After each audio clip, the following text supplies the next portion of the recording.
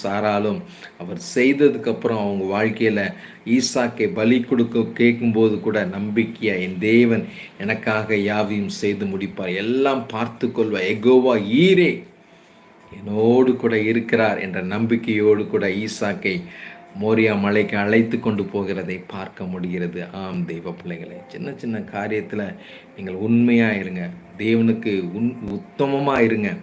அப்பொழுது தேவன் எல்லாவற்றையும் உங்களுக்கு செய்து கொடுப்பார். தாவீதோட வாழ்க்கையில் எப்போ ஒரு ஹானஸ்ட் இருந்துச்சு. தப்பு செஞ்சாலும் அதை ஒத்துக்குவார்.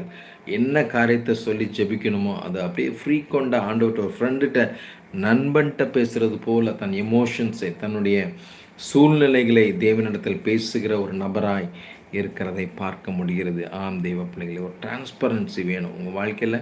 ஒளிவு மறைவே தேவனுக்கு முன்பாக இருக்கக்கூடாது. மறைச்செல்லாம் பேசாதீங்க. ஆண்டவர்கிட்ட நன்மையை பெற்றுக்கொள்ளணும்னு சொல்லி ஒளிச்செல்லாம் பேசுங்க. தப்பு பண்ணியிருந்தீங்கன்னா, தப்பு பண்ணிட்டேன் ஆண்டவரே என்னை மன்னிங்கன்னு சொல்லி அந்த டிரான்ஸ்பரன்சி உங்களுக்குள்ளே இருக்குமானால் நிச்சயமாக உங்கள் ஜெப வாழ்க்கை ஒரு தாவீதின் ஜெப வாழ்க்கையை போல ஒரு வெற்றி உள்ள வாழ்க்கையாக இருக்கும் என்பதில் மாற்றமில்லை.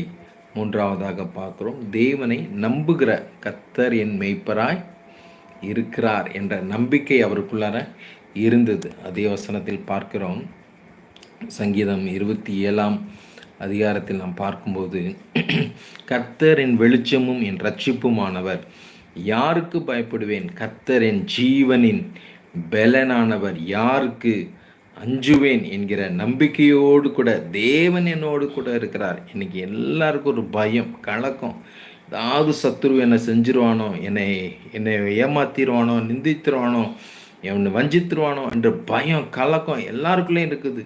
ஆனால் தாவீதை போல நீங்கள் தேவனை நம்பி ஜெபிக்கும்போது, தேவனை சார்ந்து வாழும்போது, நான் மரண இருளில் பள்ளத்தாக்கிலே நடந்தாலும் பொல்லாப்புக்கு பயப்படேன், இதோ தேவரீர் நீர் என்னோடு கூட இருக்கிறீர், உமது கோலும் உமது தடியும் என்னை தேற்றும் என்று நீங்கள் நம்பிக்கையை ஆண்டோ பிரதருக்காக ஜெபிக்கிறேன். மகனை ஆசீர்வதிங்க, குடும்பங்களை ஆசீர்வதிங்க, அவர் செய்கிற சின்ன சின்ன ஊழியங்களை கர்த்தர் ஆசீர்வதிங்க, அவர் மேல் வைத்த திட்டங்களையும் தரிசனங்களையும் கர்த்தர் நிறைவேற்றுங்க. பரபசந்து கர்த்தர் என் மேய்ப்பராக இருக்கிறார் என்று நம்பிக்கையோடு கூட தாவீது சொன்னது போல யாரெல்லாம் சொல்கிறீங்களோ நிச்சயமாக நீங்கள் தாழ்ச்சி அடைவதில்லைங்க. இந்த உலகத்தில் எவ்வளோ தாழ்ச்சியான காலங்கள் வந்தாலும் நீங்கள் தாழ்ச்சியாக இருக்க மாட்டீங்க. உங்கள் இலைகள் எப்பொழுதும் அது பசுமையாக இருக்கும் என்பதில் மாற்றமில்லை. நம்புறீங்களா? விசுவாசிக்கிறீங்களா? எஸ் ரிபசந்தூரியா கத்தரா, அப்படிப்பட்ட கிருபையை கத்தனை மீது வைத்திருக்கிறார். ஏன்னா நம் தேவனை நம்பி சார்ந்து வாழும்போது எந்த சூழ்நிலையிலும் நம்ம வெட்கப்பட்டு போவதே இல்லை. எனக்கு ஒத்தாசை வரும் பருவதங்களுக்கு நேராக என் கண்களை நான் ஏறெடுக்கிறேன் என்ற நிச்சயத்தோடு கூட நீங்கள் வாழ்வீர்கள். ஆனால் உங்களுடைய விசுவாசத்தை தேவன் அங்கீகரித்து, உங்கள் ஜெபத்தை கர்த்தர் அங்கீகரித்து உங்களுக்கு நல்ல ஒரு பாதுகாப்பையும் ஒரு நம்பிக்கையும் கர்த்தர் கொடுக்க வல்லவராக இருக்கிறார்.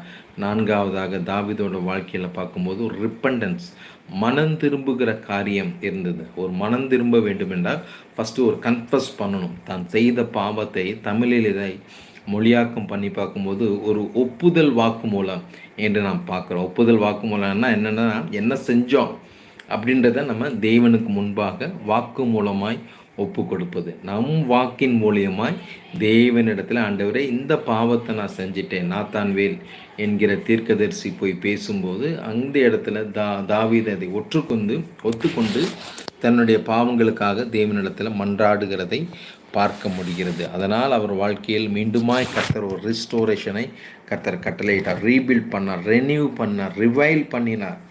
இதேபோல் நாம் வாழ்க்கையில் கன்ஃபஸ் பண்ணும்போது, நாம் ரிப்பண்ட் ஆகும்போது தேவன் பெரிய மாற்றங்களை கர்த்தர் கொண்டு வருகிறார். யாரும் நீதிமான் கிடையாதுங்க. ஏதோ ஒரு தவறு செய்துருவோம். ஆனாலும் அதை நாம் மீண்டும் தேவனிடத்தில் கேட்கும்போது நாம் கண்டிப்பாக நாம் ரட்சிக்கப்படுகிறோம். Ronit, please pray for one witchcraft lady family given lots of problems to our family pastor. கண்டிப்பாக சிஸ்டர், உங்களுக்காக நான் ஜெபிக்கிறேன். மேலே குறிப்பிட்டிருக்கிற நம்பரை நோட் பண்ணிக்கோங்க.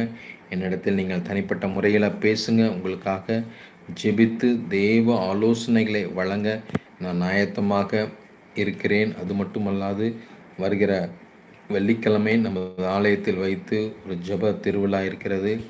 குறிப்பாக இந்த மாதிரி பிசாசின் போராட்டத்தில் இருக்கிறவர்கள் விடுதலை அடைய வேண்டும் என்கிற வாஞ்சியோடு கூட